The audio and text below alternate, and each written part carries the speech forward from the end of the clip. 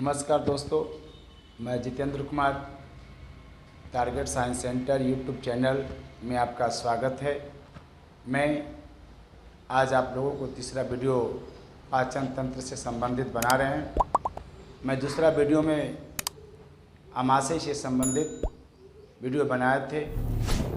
उसमें हम लोगों ने बताया कि हम लोग जो खाना खाते हैं वह ग्रास नली से होते हुए आमाशय तक आता है और आमाशय से पार करते हुए हमारे छोटी आंत में आता है और छोटी आंत उस भोजन को 4 घंटे के अंदर पूरा अवशोषित करके उसे सभी प्रकार के प्रोटीन, एंजाइम, हार्मोन्स को अवशोषित कर लेता है और शेष बचे हुए सीटी को बड़ी आंत को दे देता है। तो दोस्तों, मैं आज छोटी आंत से संबंधित आप लोगों को बताने वाले हैं। दोस्तों, छोटी आंत, सबसे पहली आंत हमारे शरीर में 2 प्रकार की होती है, एक छोटी आंत और दूसरा बड़ी आंत। दोस्तों, छोटी आंत नाम से छोटा है लेकिन इसकी लंबाई बड़ी आंत से भी ज़्यादा है और बड़ी आंत नाम से बड़ा है लेकिन इसकी लंबाई छोटी आंत से छोटा है। दोस्तों, सबसे पहले आंत का क्या काम है, मैं उसके बारे में आप लोगों को पहले चर्चा करा देता हूँ। दोस्तों, आंत आमाशय के पश्चात हम जो भोजन करते हैं वो आमाशय के पश्चात भोजन कायम भोजन जो हमारा आंत में जाता है, आमाशय से पार करके आंत में जाता है, वह भोजन कायम के रूप में, लिक्विड के रूप में हमारे आंत में प्रवेश करता है। तो भोजन कायम यानी अर्धद्रवित पदार्थ के रूप में छोटी आंत यानी आमाशय से गुद्दा तक छोटी आंत में प्रवेश करता है। मैंने बताया कि आमाशय के पश्चात भोजन कायम के रूप में छोटी आंत या मतलब अर्धद्रवित के रूप में छोटी आंत में प्रवेश करता है। तो मैं सबसे पहले आप लोगों को आंत के बारे में, आंत 2 प्रकार के होते हैं, दोनों प्रकार के आंत में कौन कौन से आंत पाए जाते हैं, उसकी कितनी लंबाई है, कितनी चौड़ाई है और उसमें कौन सी आंत का कौन सा भाग कितना बड़ा है और कौन सा आंत का कौन सा भाग कितना छोटा है, मैं सबसे पहले आप लोग को ये बता दूं क्योंकि वह हर एग्ज़ाम में इससे क्वेश्चन हर एग्ज़ाम में पूछा जाता है। जैसे आपसे पूछ दिया जाए कि बताइए छोटी आंत का सबसे बड़ा भाग कौन सा है, तो दोस्तों आप नहीं जानेंगे तो क्या देंगे। तो छोटी आंत का सबसे बड़ा भाग है जिसको हम लोग इलियम बोलते हैं और हिंदी में शेषांत्र बोला जाता है, जिसकी लंबाई 3.6 मीटर होती है, 3.6 मीटर होती है। तो उसी तरह से अगर पूछा जाए कि बड़ी आंत का सबसे बड़ा भाग कौन सा है, तो दोस्तों अगर छोटी आंत का सबसे बड़ा भाग इलियम है तो बड़ी आंत का भी सबसे बड़ा भाग कोलम होता है, जिसकी लंबाई 1.3 मीटर होती है। तो मैं बता दूं दोस्तों, छोटी आंत और यह है बड़ी आंत। छोटी आंत की मोटाई छोटी आंत की मोटाई 3.5 सेंटीमीटर लंबा होता है, मोटाई 3.5 सेंटीमीटर होता है, जबकि बड़ी आंत की मोटाई 6 से 7 सेंटीमीटर होता है। यानी छोटी आंत से सीधे दुगना, कहा जाए तो छोटी आंत से सीधे दुगना मोटी होती है बड़ी आंत। लेकिन लंबाई के दृष्टि से पूछा जाए तो बड़ी आंत से सीधे दुगना नहीं कहिए 4 गुना बोलिए ज़्यादा होती है छोटी आंत, जैसा मैं बता रहा हूँ। लंबाई के हिसाब से अगर हम छोटी आंत की बात करें तो छोटी आंत 6 मीटर की होती है और वही बड़ी आंत 1.5 मीटर की होती है, यानी 1.5 मीटर की होती है। आइए अब छोटी आंत में कौन कौन से पार्ट्स होते हैं।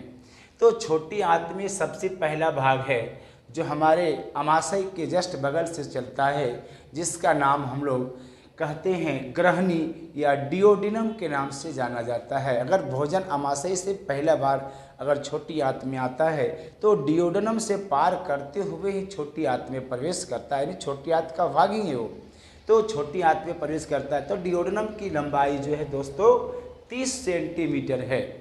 जी हाँ, 30 सेंटीमीटर, मीटर नहीं, 30 सेंटीमीटर है।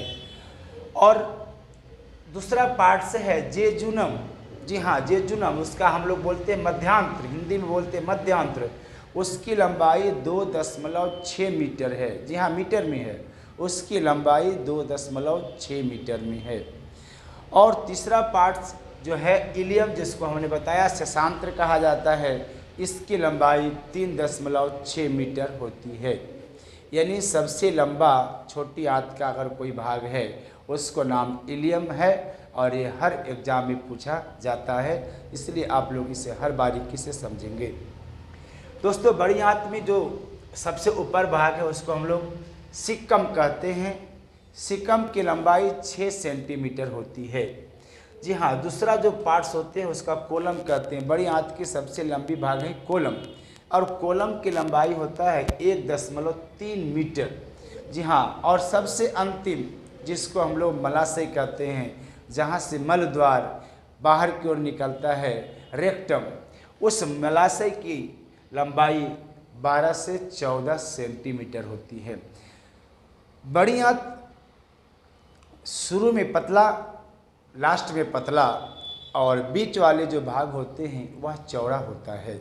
जैसे कि मैंने बताया, यहाँ देखिए, यहाँ से तक कुछ भाग पतला है और यहाँ से कुछ भाग पतला है, बाकी जो बीच का भाग है यह भाग आपको चौड़ा दिखाई पड़ रहा होगा, ये बड़ी आंत है।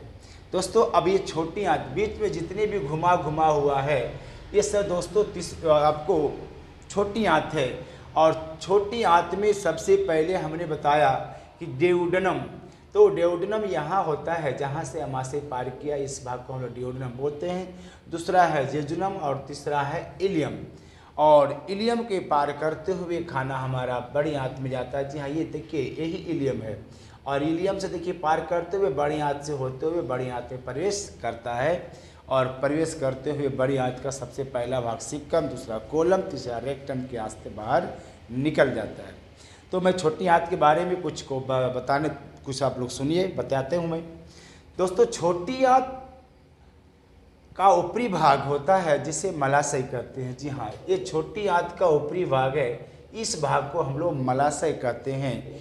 और मलाशय मुड़ा हुआ होता है, और जिसे ग्रहणी में जिसमें ग्रहणी होते हैं। मलाशय मुड़ा हुआ पार्ट्स होता है जिसमें ग्रहणी कहते हैं। ग्रहणी एक उभयनिष्ठ नालिका के मध्य से अग्नाशयी रस तथा पित्त रस यानी बाइल जूस निकलता है। जी हाँ, ग्रहणी से 2 प्रकार के रस निकलते हैं, एक हो गया पैनक्रियाटिक जूस और दूसरा हो गया बाइल जूस। पैनक्रियाटिक जूस यानी अग्नाशयी रस, और बाइल जूस यानी पित्त रस निकलता है। जी हाँ, ग्रहणी की उभयनिष्ठ नालिका के माध्यम से निकलता है। आगे है कि भोजन का पूर्ण पाचन तथा पदार्थों का अवशोषण। भोजन का पूर्ण पाचन तथा पदार्थों का पूर्ण अवशोषण छोटी आंत में हो जाता है। जैसे मैंने बताया था कि भोजन अमाशय से जैसे छोटी आंत में आता है, तो छोटी आंत में आने के क्रम में भोजन जो है, जी हाँ, भोजन जो है से काइम के रूप में छोटी आंत में प्रवेश करता है, और छोटी आंत उसको जो है से पूरी तरह से लिक्विड बना करके पूरी तरह से सारे तत्व जितने भी है, प्रोटीन है, फैट है, मिनरल्स है, साल्ट है, सभी को अवशोषण करके और जो शेष बचे हुए मटेरियल होते हैं उसे बड़ी आंत को दे देता है। जी हाँ, अब कहता है कि जी यह लंबाई में सबसे बड़ी होती है। जी हाँ, छोटी आंत लंबाई में बड़ी आंत से बड़ी होती है, लेकिन लंबाई के आधार पर छोटी आंत का भी सबसे बड़ा भाग होता है जिसे हम लोग इलियम कहते हैं, और उस इलियम का भाग सबसे लंबा होता है और वह 3.6 मीटर की होती है। जी हाँ, जैसे ही भोजन अमाशय से ग्रहणी में पहुंचता है, जी हाँ, अमाशय से ये ग्रहणी में पहुंचता है, ग्रहणी मतलब डिओडेनम में। जैसे अमाशय से डिओडेनम में पहुंचता है, तो डिओडेनम में पहुंचने के बाद ग्रहणी के दीवार में क्रमानुकंचन होता है। जी हाँ, पेरिस्टाल्सिस होता है, यानी भोजन में पेरिस्टाल्सिस होना शुरू हो जाता है। जैसे मैंने बताया था कि जिस तरह से हम लोग माउथ से भोजन करते हैं, और करने के क्रम में जैसे हमारा ओइसोफेगस का पार करता है, तो ओइसोफेगस में भी क्रमानुकंचन होता है। जी हाँ, क्रमानुकंचन का मतलब होता है भोजन इस तरह से हमारे शरीर के अंदर प्रवेश करता है। इस प्रकार से हम लोग इसको क्रमानुकंचन कहते हैं या अंग्रेजी में पेरिस्टालसिस कहा जाता है। अब ग्रहणी में जैसे भोजन आता है तो ग्रहणी में एक छालीदार तरंगे होती है। जी हाँ, चारों तरफ से एक छालीदार तरंगे होती है और इसी तरंगे को हम लोग कहते हैं पेरिस्टैटिक वेव प्रवाहित करते हैं, पेरिस्टैटिक वेव प्रवाहित करते हैं और जिससे भोजन धीरे धीरे करके आगे की ओर बढ़ता चला जाता है। और भोजन के पोषक के आधार पर, जी हाँ, भोजन के पोषक के आधार पर इसे 3 वर्गों में बांटा गया है। यानी प्रकार से पाचक रसों को 3 प्रकार से बांटा गया है। जी हाँ, पहला है अग्नाशयी रस जिसको हम लोग कहते हैं पैनक्रियाटिक जूस। दूसरा है पित्त रस जिसको हम लोग कहते हैं वाइल जूस। तीसरा है यांत्रिक रस, यांत्रिक रस जिसको हम लोग कहते हैं इंटेस्टियल जूस। अब अग्नाशयी रस यानी पैनक्रियाटिक जूस जो है वह अकेला नहीं होता है, इसमें एंजाइम भी होता है और हार्मोन्स भी होता है जिसके कारण भोजन हमें आसानी से पच जाता है। लेकिन पित्त रस जो है वह वन मैन कैविटी है, उसमें किसी भी प्रकार का कोई एंजाइम पाई नहीं जाती है, वह सिर्फ और सिर्फ वाइल जूस होता है। जी हाँ, तीसरा आंतरीय रस है, इसमें इंटेस्टिनल जूस में जी हाँ एंजाइम में आपको पाया जाता है। एंजाइम और लाइसो एंजाइम हमने बताए थे दूसरे वीडियो में कि जैसे हमारा लाइसो एंजाइम है, जो हम लोग कोई खाना खाते हैं तो वह खाना बैक्टीरिया वायरस को मारने का काम करता है, वह लाइसो एंजाइम करता है। अगर हमारे माउथ में कुछ चला गया और उसको कुछ अगर मारने का प्रयास करता है, किसी भी प्रकार का मारने की प्रयास करता है, तो वह मारने का प्रयास हमारा लाइसोजाइम करता है। अब इस विषय से हम लोगों ने सबसे पहले छोटी आंत का बड़ी भाग है पैनक्रियाज। जी हाँ, यहाँ पे है सर, देखा जाए पैनक्रियाज। पैनक्रियाज यानी अग्न्याशय। अग्न्याशय हमारे बीच यह अंतःस्त्रवी ग्रंथि है और यह अमाशय के बाईं ओर स्थित होता है। जी, अमाशय यहाँ है और जस्ट इसकी बाईं ओर स्थित होता है जिसको हम लोग बोलते हैं पैनक्रियाज। और इसमें भोजन के रूप में हार्मोन्स होते हैं और एंजाइम दोनों पाए जाते हैं। भोजन के रूप में हार्मोन्स और एंजाइम दोनों पाए जाते हैं। यह से आपका छोटी आंत है, बड़ी आंत है, पैनक्रियाज है, अमाशय है और ये लीवर है। ये लीवर है जहाँ से हमारे वाइल जूस बनता है, पित्त रस बनता है और पित्त रस बन करके पित्ताशय में आकर स्टोर हो जाता है। अब कहता है सर कि अमाशय अग्नाशय में प्रतिदिन 1.3 से लेकर 1.5 लीटर अग्नाशयी रस छोटी आंत में मुक्त होता है। हमारा जो पैनक्रियाज है वह 1.3 से लेकर 1.5 पित्त रस जो है हमारा छोटी आंत को देता है। अग्नाशयी रस जो है, अग्नाशयी रस हमारी छोटी आंत को देता है और इसका पीएच मान जो है, जी हाँ, इसका पीएच मान 7.5 से 8.3 तक होती है, क्योंकि यह रंगहीन और यह पानी के समान होता है और इसमें हमारे भी सोडियम बाइकार्बोनेट पाए जाने के कारण, जी हाँ, सोडियम बाइकार्बोनेट पाए जाने के कारण इसका जो पीएच मान है वह 8.3 तक चला जाता है। अग्नाशयी रस में 3 प्रकार के मटेरियल होते हैं। जी हाँ, 95% जल होता है, 95% जल होता है।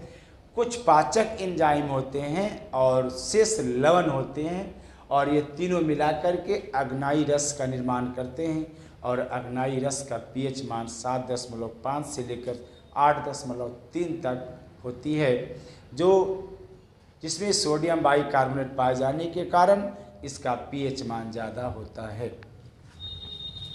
जी हाँ, प्रोटीन, कार्बोहाइड्रेट और वसा को अधिक होने के कारण भोजन का अधिकांश भाग इसमें पच जाता है, इसलिए इस रस को पूर्ण पाचक रस कहते हैं। जी हाँ, अग्नाशयी रस में प्रोटीन, कार्बोहाइड्रेट और वसा होते हैं और अधिक होते हैं, वसा होते हैं और अधिक होते हैं, जिसके कारण भोजन आसानी से पच जाता है, इसलिए इसे हम लोग पूर्ण पाचक रस कहते हैं।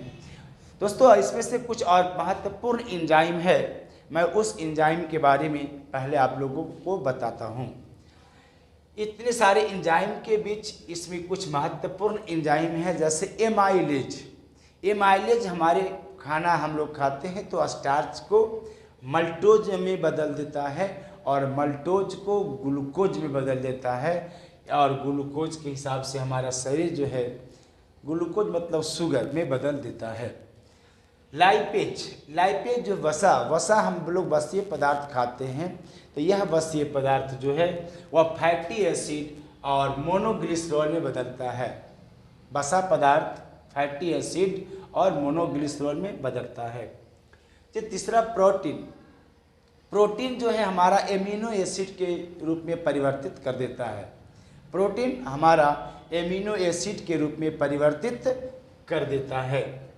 फास्फोलाइपेज, यह फास्फोलिपिड से वसीय अम्लों को अलग कर देता है। सर हम लोग खाना खाते हैं तो हम लोग में जो भी तिलहन खाते होंगे जो वसीय पदार्थ है, तो फास्फोलिपिड क्या करता है कि जितने भी प्रकार के वसीय अम्ल होते हैं उसको अलग कर देता है। न्यूक्लियस, जी हाँ न्यूक्लियस, जिसमें डीएनए और आरएनए पाए जाते हैं। न्यूक्लियस, न्यूक्लियस से बना न्यूक्लियस, वह डीएनए आरएनए को पचाने वाले एंजाइम के रूप में काम करता है। न्यूक्लियस जो है डीएनए और आरएनए को पचाने वाले एंजाइम के रूप में काम करता है।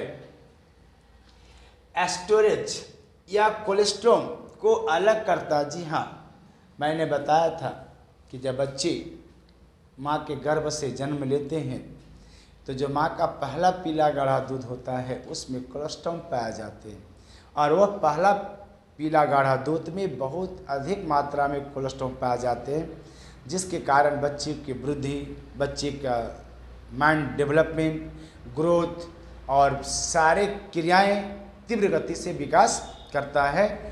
और वह कोलेस्ट्रॉल जो कुछ ही घंटों तक पाए जाते हैं, और वह कोलेस्ट्रॉल जो है स्टोरेज जो है या कोलेस्ट्रॉल को अलग करता है।